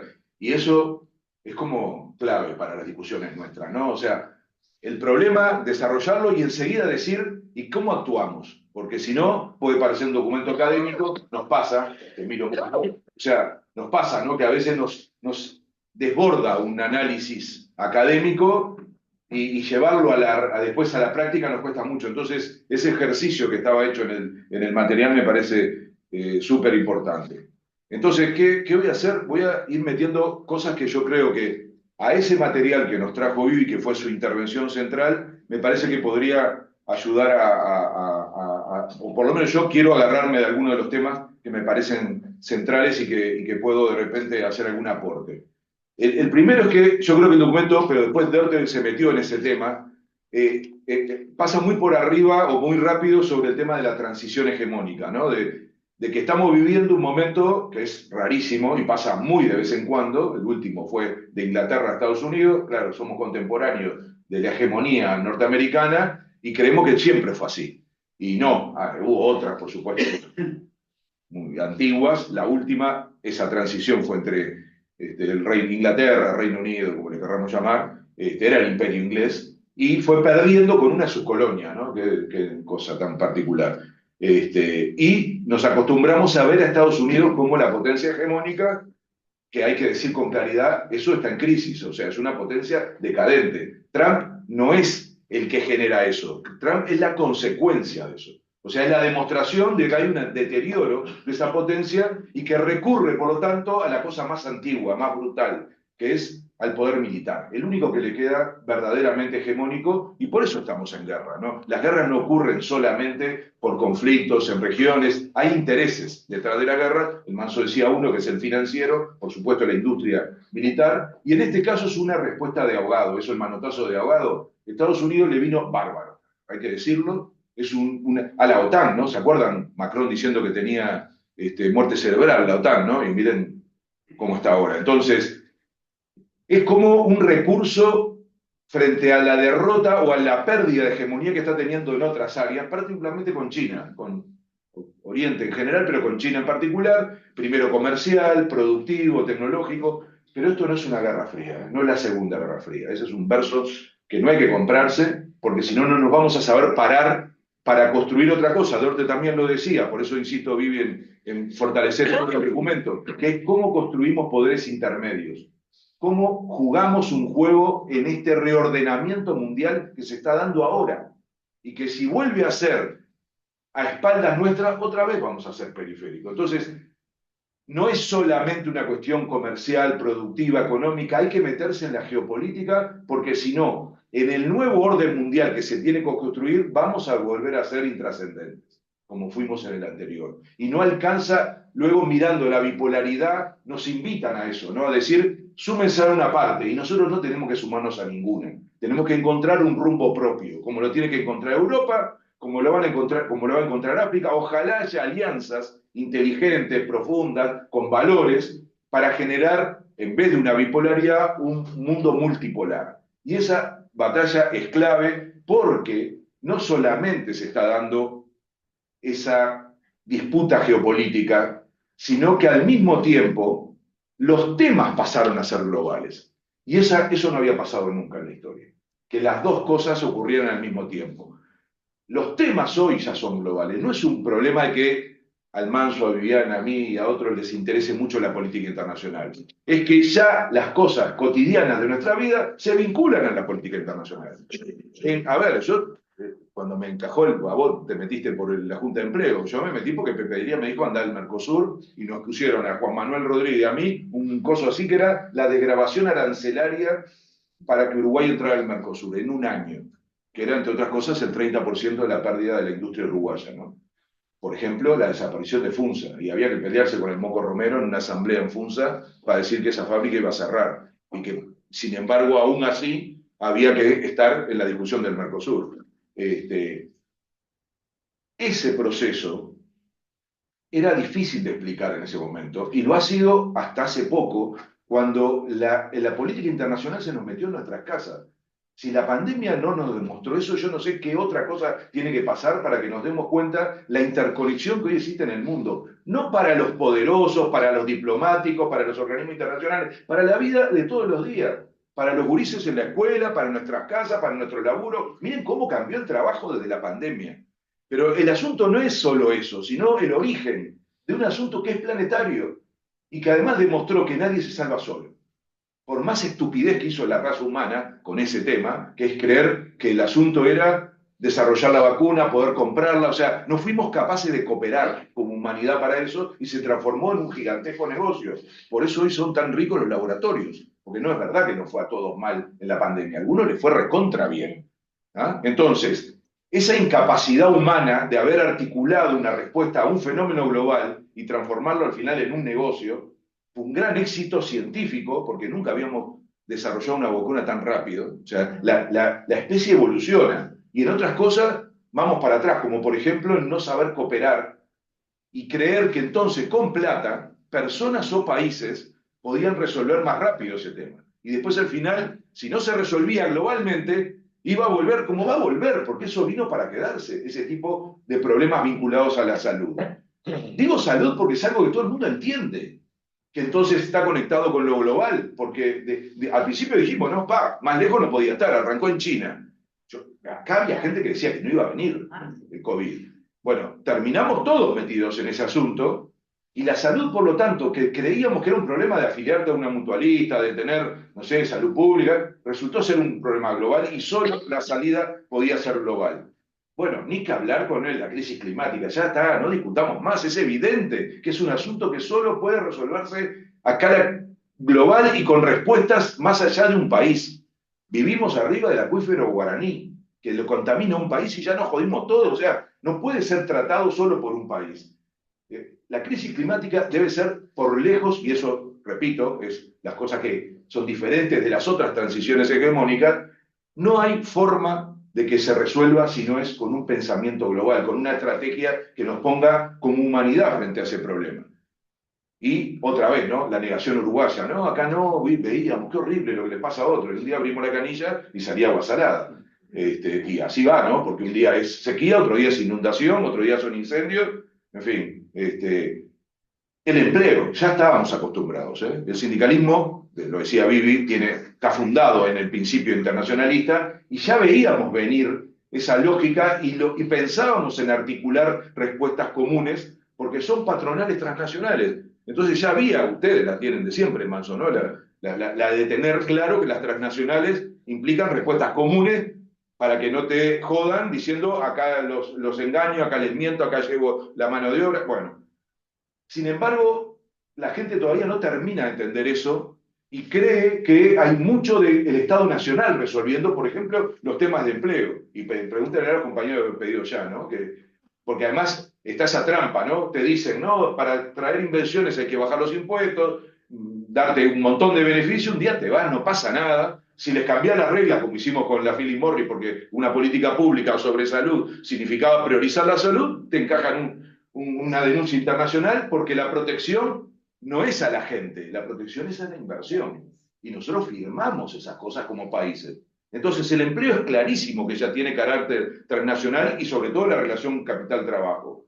Ni que hablar la paz, ¿no? Que está muy bien como lo pusiste en el centro y cómo Viviana también rescataba, me acuerdo en el Congreso de Educación, de los sindicatos de educación que se hicieron en Piriápolis, fue muy fuerte escuchar, no me acuerdo si fue Dindí, si alguno de los dirigentes históricos decía cómo se discutía en una época desde el sindicalismo la disputa por la paz, ¿no? A nivel mundial y cómo claramente son las y los trabajadores los que pierden siempre con la guerra. Entonces la paz no se puede resolver país por país, solo el sistema internacional puede garantizar que en el mundo haya paz. Y voy a decir algo que es increíble, porque hasta hace poco no había ícono más representativo del Estado Nacional que el Ministerio del Interior, porque hasta el nombre dice eso, ¿no? Es un Ministerio de Asuntos Internos. Los estados originalmente se formaban así, Ministerio de Asuntos Internos y Ministerio de Asuntos Externos. Ahora nos acostumbramos a un Ministerio del Interior que se dedica solo a la policía, a la seguridad, pero era muy potente en un sentido amplio y por eso le sigue siendo el que le da el mandato al presidente en la ceremonia de Asunción. Bueno, vinculado a la seguridad, uno decía, bueno, este sí que es un problema puramente nacional. Y miren en la que estamos. Tenemos hasta un narcotráfico uruguayo, un narcotraficante uruguayo famoso, transnacional. ¿Ah? Y no lo podemos agarrar porque juega al juego de la escala grande y se mata de la risa del gobierno de Bolivia, del gobierno de Paraguay, del gobierno de Uruguay, del gobierno o sea, tiene una escala que supera al Estado Nacional. Y ahí es donde yo, Vivi, hago otro aporte al documento.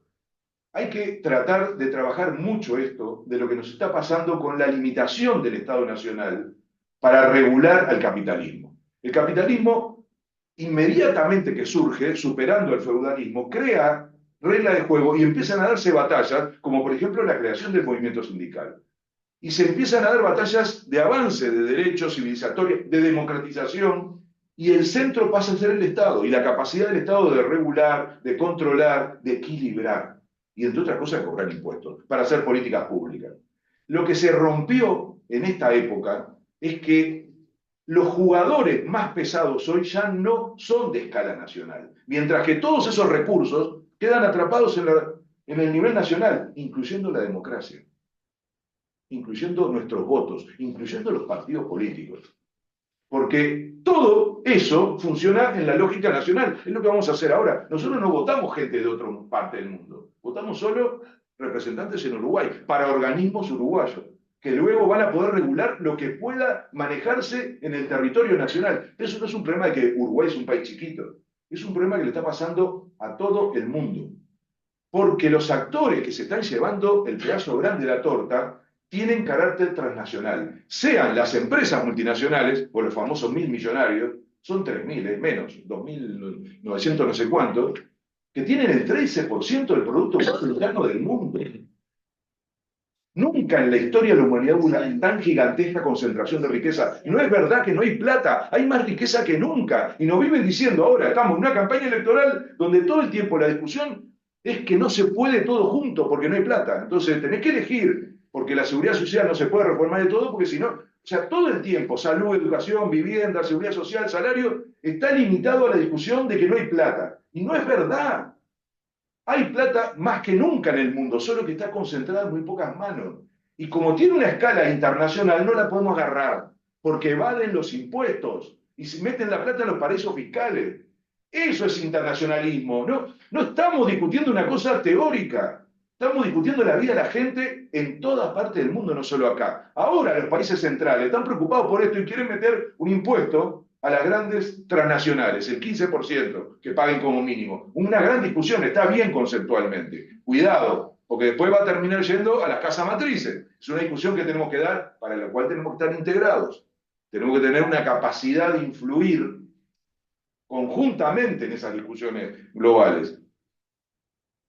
El tercer punto, Vivi, que estoy dialogando con tu documento, perdón, porque yo creo que para eso es clave construir actores. Por esta lógica que estoy diciendo, tenemos que construir actores internacionales. Porque si no, vamos a seguir perdiendo. Hay que decirlo así, estamos perdiendo por goleada. El amigo Elon Musk que se mata de la risa de todos nosotros, y ahora aparece al lado de Trump, diciendo incluso que va a ser ministro. Ustedes escucharon, en la última aparición dijo que él está dispuesto a integrar el gobierno de Trump.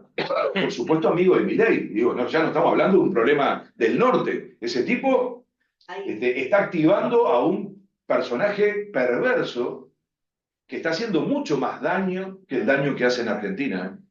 porque ese sí que es peligroso para el proyecto de largo aliento de la integración regional y yo diría de cambiar o de darle al nuevo orden mundial cierto sentido. Por algo fue a la ONU y pateó el tablero, fue uno de los más profundos en cuestionar la reformulación de los organismos internacionales. Dice, no tienen que existir, porque él está convencido que esto es la ley de la selva y que acá lo que funciona, por supuesto, si habla en contra del Estado en Argentina, fue a nivel mundial a decir, no tiene que existir nada, no solo en mi país, en el mundo no tiene que haber nada que controle al capital, que es lo único que genera riqueza.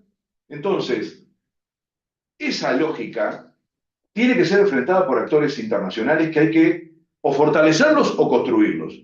Fortalecerlos, estamos acá en el ámbito sindical. Igual, después al final termino con eso, de que tendríamos que hacer una corriente como la nuestra, pero está claro que el sujeto ya existe, y por lo menos canta todos los 1 de mayo la internacional, o sea, parece que convencidos estamos. Como el Me presidente, gusta pero de mucho todo más a la país. política, yo digo que estamos en una crisis de internacionalismo de la izquierda increíble, increíble. Dispersión, división, pérdida de orientación y sobre todo cero coordinación. Está coordinando más la ultraderecha, que es muy nueva, ¿no? Entre comillas, por lo menos en sus estructuras y está logrando hacer cosas que son el ABC de cualquier organización internacional. Primero, tratar de acompañarse. Segundo, ir a los lugares donde están dando disputas para tratar de ganar. Después nos enojamos, porque decimos, ¿qué hace Milei en España, que no va como presidente de Argentina? A Estados Unidos, que todavía no tuvo ninguna reunión con el gobierno norteamericano. Ya no es un problema de que trate mal a Lula o a Petro. No, no, va a Estados Unidos y en vez de tener una reunión bilateral de presidente a presidente, va a un acto de Trump, que es un candidato en una interna. O sea, está rompiendo todos los protocolos que imaginamos. Y después a veces nos preocupamos nosotros por portarnos mal un poco, ¿no? Estos vinieron a patear el tablero sin que a nadie se le mueva un pelo. Entonces, están funcionando como una internacional. Y nosotros, que las creamos hace ya no sé cuántos años, las tenemos ahí separadas, le cambiamos de nombre, combinamos, internacional socialista, después progresista, alianza, usamos 4 términos ya en 5 organizaciones. Si nos ponemos de acuerdo, creamos una nueva acá. Entonces, es un problema hoy la falta de orientación política. Y los que somos sindicalistas sociopolíticos sabemos que el sindicalismo tiene un límite y que tiene que haber una síntesis política para dar ciertas batallas, sobre todo de esta magnitud. Pero por lo pronto yo estoy convencido que el sindicalismo, y de eso estamos hablando hoy acá, necesita recuperar ese músculo internacionalista. Y para eso, lo que tenemos que hacer, agrego 2 elementos más al documento, repensar el desarrollo. Me parece que hay que reivindicar que América Latina tiene la posibilidad, mirándose hacia adentro, de pensar en un desarrollo distinto. Nuestro futuro no puede ser el pasado del primer mundo que está en decadencia. Porque si ese desarrollo fuera nuestro paradigma, el planeta se hace mierda.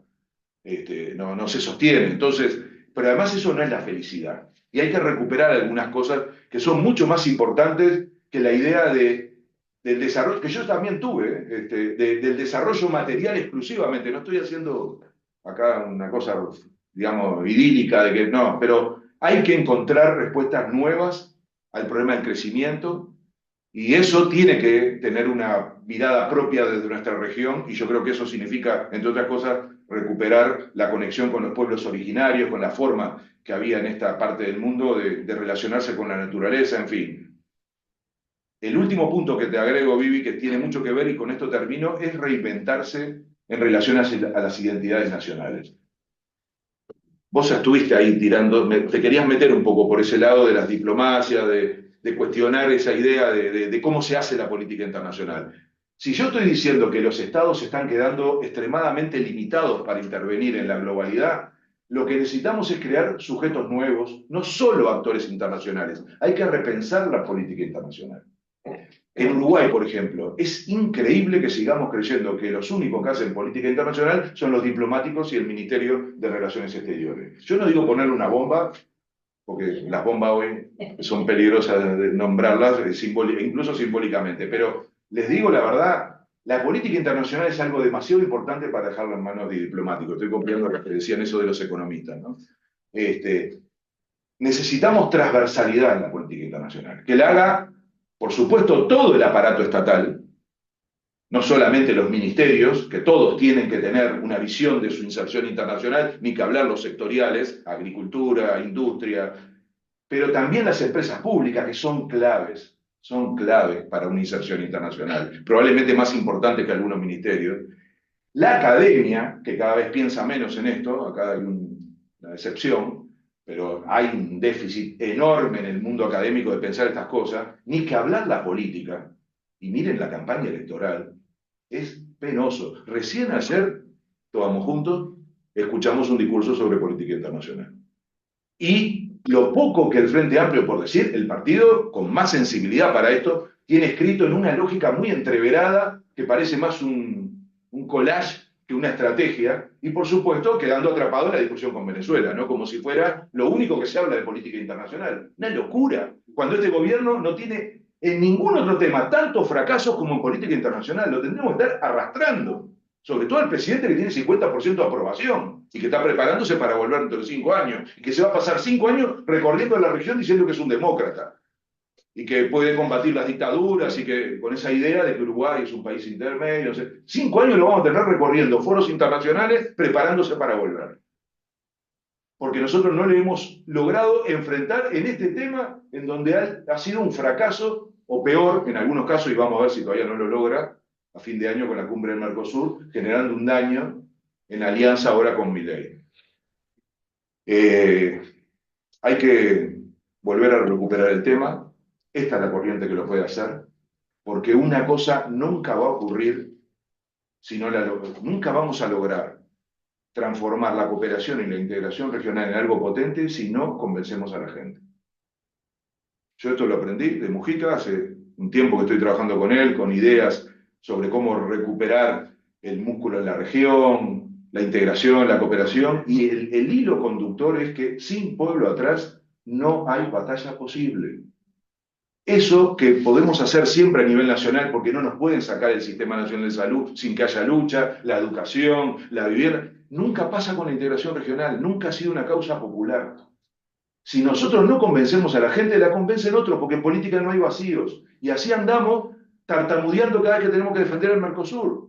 Porque el tipo alcanza que ponga con la idea de que es una mochila, de que es un corset, y si hacemos una encuesta, perdemos.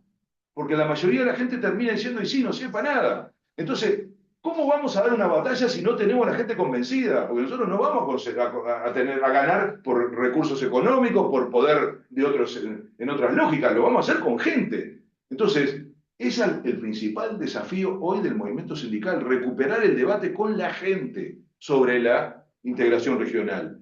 Y para eso necesitamos a esta corriente de vuelta, tomando el tema de la central. Perdonen que se lo diga, pero yo creo que la central, no sé, espero que nadie se enoje acá, si tiene algo que ver, perdió totalmente visibilidad en materia de política internacional. No participa, no va a ningún lado, no lo discute a nivel nacional. No hay una iniciativa en donde uno escuche al movimiento sindical decir algo sobre algo que históricamente instaló en la agenda, entre otras cosas en una elección.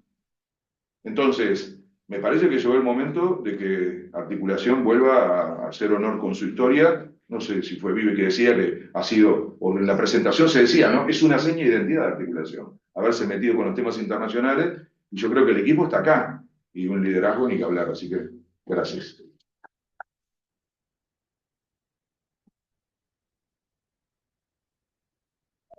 Álvaro, la verdad que muy importantes y profundos los conceptos, y el diálogo con el documento, así como con la posición de la... Invitamos a todos los que quieran hacer un aporte, una reflexión, una pregunta. Aprovechemos este tiempo para darle la palabra a los que están presentes y a los que están por Zoom. Si yo me paro en este momento me matan, pero si no me voy me mata mi compañera. Y Bueno, voy a morir de cualquier manera. Perdonen, de vuelta. Saben que cuentan conmigo, así que... Sí, Antes de irte, igual Álvaro, contarme un poco con esa interrogante de poner, ¿no? ¿Qué vamos a hacer? ¿Cómo lo vamos a hacer? Me parece que siempre es una recurrente del movimiento sindical, y no poner en sí lo que estamos haciendo, o cómo y empezar a hacerlo. Desde ahí hoy estuvo con nosotros, tuvimos, ahora estaba poniendo en un estado, ¿no? desde la mañana una jornada de internacionalismo, una jornada reunida de los compañeros trabajadores de Banco Santander en Latinoamérica. Estuvimos con compañeros de Chile, de Brasil, de Argentina, por Zoom de Perú y México. Y bueno, con nuestra problemática hoy, no están todos tratando, pero Banco Santander realmente se dio el lujo de romper con tradiciones, más de 40 años Banco Santander específicamente, porque es lo que está en Uruguay, pero más de 40 años en la tradición en AEBO, la negociación colectiva, y sobre todo en tener convenios colectivos por empresas y todo lo que significa.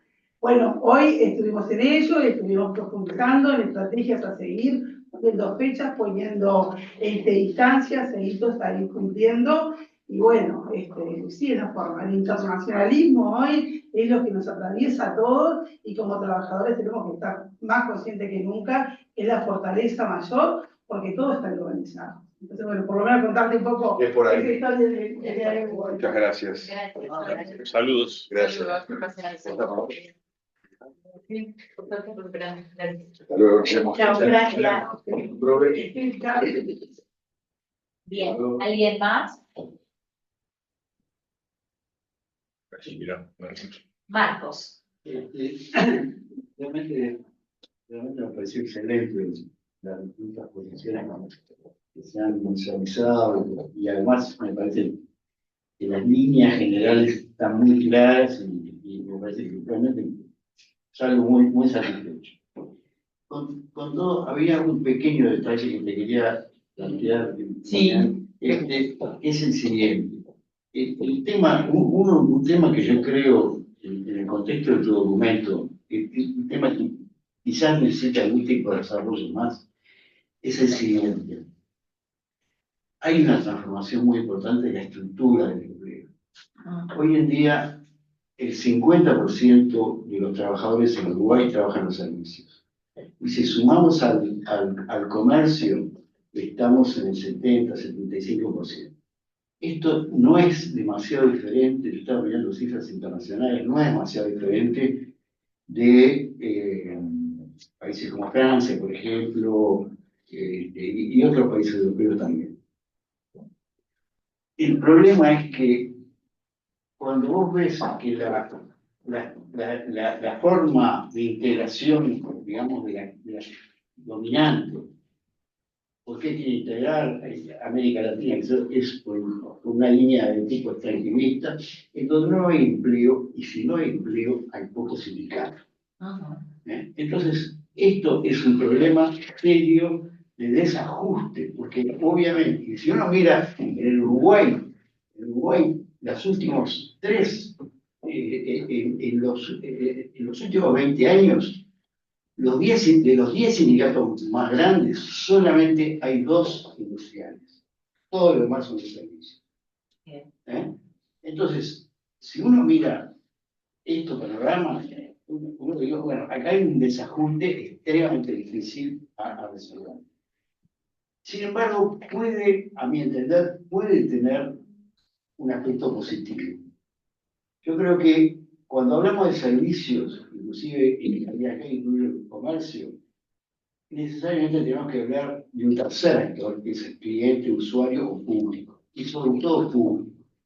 ¿Por qué? Porque los grandes conflictos hoy en día se ganan en el público, no se gana en la relación de fuerza, como pudo haber sido en el siglo XIX, al interior de una fábrica, se gana en la opinión pública.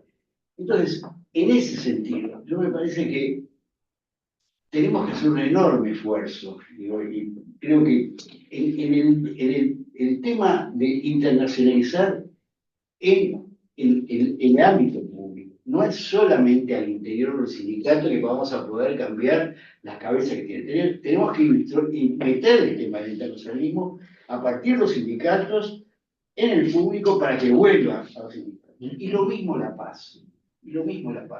Yo voy a decir, yo en una reunión del Frente Amplio, una reunión masiva de comités de base, qué sé yo, planteé el tema de la paz, ¿no? La política internacional, el grupo que estaba vinculado mentales de izquierda te explicaban que la zona de Uruguay marítimo era muy importante y que había que tratar bueno, yo dije, pero acá hay un tema que tiene que estar en la agenda, que es el tema de la paz. Y sinceramente cayó en la nada. Las bases están de acuerdo, pero inmediatamente las estructuras intermedias y para arriba se fue diluyendo y desapareció. Entonces, yo digo, sinceramente me parece que el sindicalismo tiene que impulsar a la opinión pública para que después baje en distintos ámbitos para esto. Me parece que es por este lado tenemos que jugar con esta situación tan particular que tenemos de la estructura sindical en relación a lo que se está jugando. Muy bien, gracias Marcos. ¿Alguien más?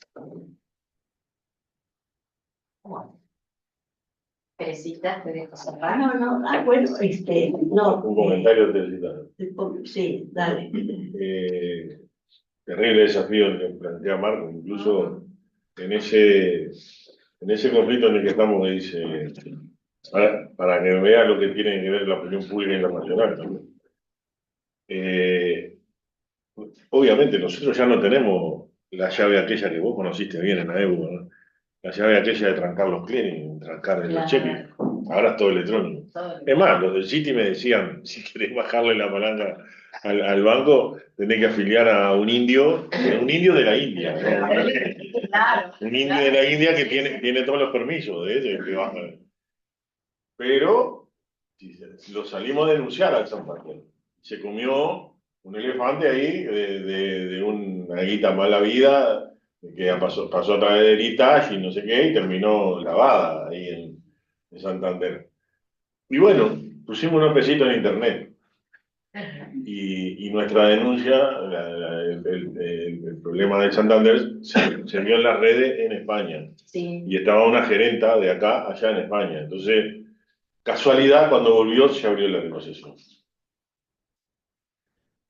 Y bueno, habrá que empezar a jugar con esas cosas. Y así es el mundo ahora. Y en ese sentido, serán las nuevas generaciones las que tendrán que encontrar una forma en estas redes internacionales de todo, de empleados del banco. Porque aquí tenemos una realidad que nos estamos enojando, ¿no? Porque no tenemos el convenio. En Perú, el mismo banco, exactamente, el mismo banco, con el mismo logo, el mismo banco hace trabajar 15 horas diarias a los trabajadores. Hay gente que duerme bajo el mostrador porque no llega a la casa para cuando ya tiene que volver.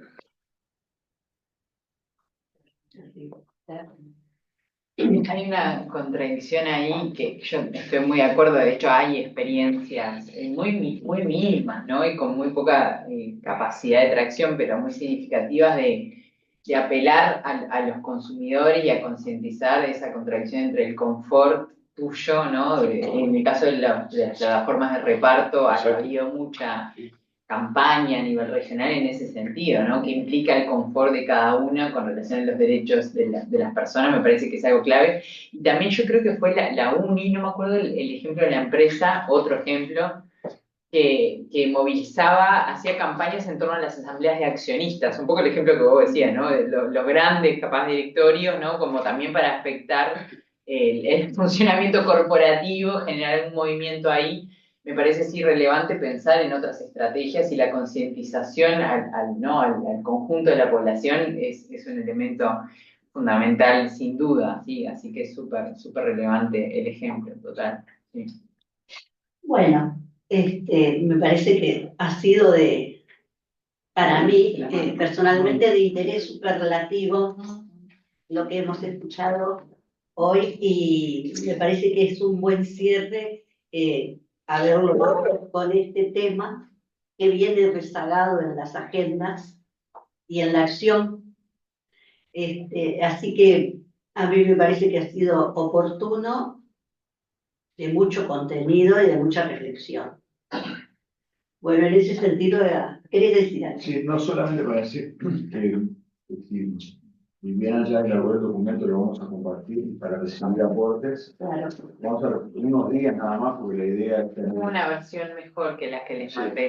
Ah, bien, bien, bien. Digo, antes de Pero ahora hay que, ahora va a hay que hacer algo de Lo algo. que quiero decir es que, de todas maneras, a partir de siempre es un borrador para recibir aportes de los compañeros o de los colectivos de cada sindicato, porque la idea es que antes del 27 estemos publicando un artículo en la diaria con estos contenidos y con ese documento fin que vamos a cerrar dentro de una semana más o menos, se va a hacer la publicación ya de cara a la segunda vuelta. Y que además Martín grabó esta actividad y va a estar subida en la página web de la corriente. De la corriente. No te confíes porque capaz que no hay. ¿Eh? No te confíes porque capaz que no hay segunda vuelta. Que no hay web. No hay segunda vuelta. No es una buena. Es de los soñadores. Sí. Los soñadores poco científicos. hay que respetar el Entonces, compañero, agradecerles infinitamente por el acompañamiento y esto no termina acá. Ajá. Como decíamos al principio, frente a un nuevo gobierno, seguro que vamos a tener que indagar dónde vamos a estar parados, qué vamos a hacer. Y bueno, pero antes de todo eso, después del 27, más acercándonos al fin del año calendario, vamos a tener un encuentro fraterno de brindis, capaz podemos brindar por cosas muy importantes. Y también pensar en nuestra central, ¿no? Que es un tema preocupante y, bueno, siendo fieles a nuestra única central, igual debemos ser críticos, reflexivos y proactivos también. Y eso articulación, sin duda, como decían ustedes y decía Álvaro, sin duda me parece que esta corriente es la que debería ir tomando la sartén por el mango. Así que gracias. Hay un compañero que pregunta cómo puede acceder al documento. Bueno, por eso nosotros vamos a compartir con los referentes de cada sindicato. Diego Romay. Pregúntale cómo es que de EU. Romay. ¿De qué sindicato sos? Bueno. Diego Romay, ¿cuál es tu sindicato? Soy de AEU. Bien, gracias. Julio Sonia Lezama de los Ahí está. Se va. Gracias a los que están en Igual va a estar publicado en la página De articulación. Después cuando esté elaborado. Ahora vamos a recibir aportes, cuando esté elaborado sí se lo subimos. Queda cafecito y algo de Abrazo. Sí, bueno. ¿Qué me llevo esto? Salió. Lo que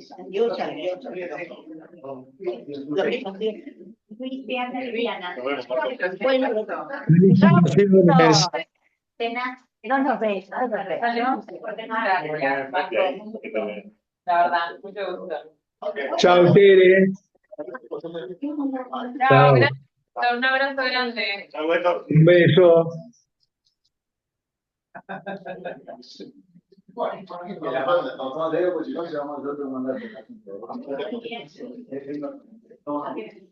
Excelente, nosotros reencontramos. Está con mucha alegría de que gracias.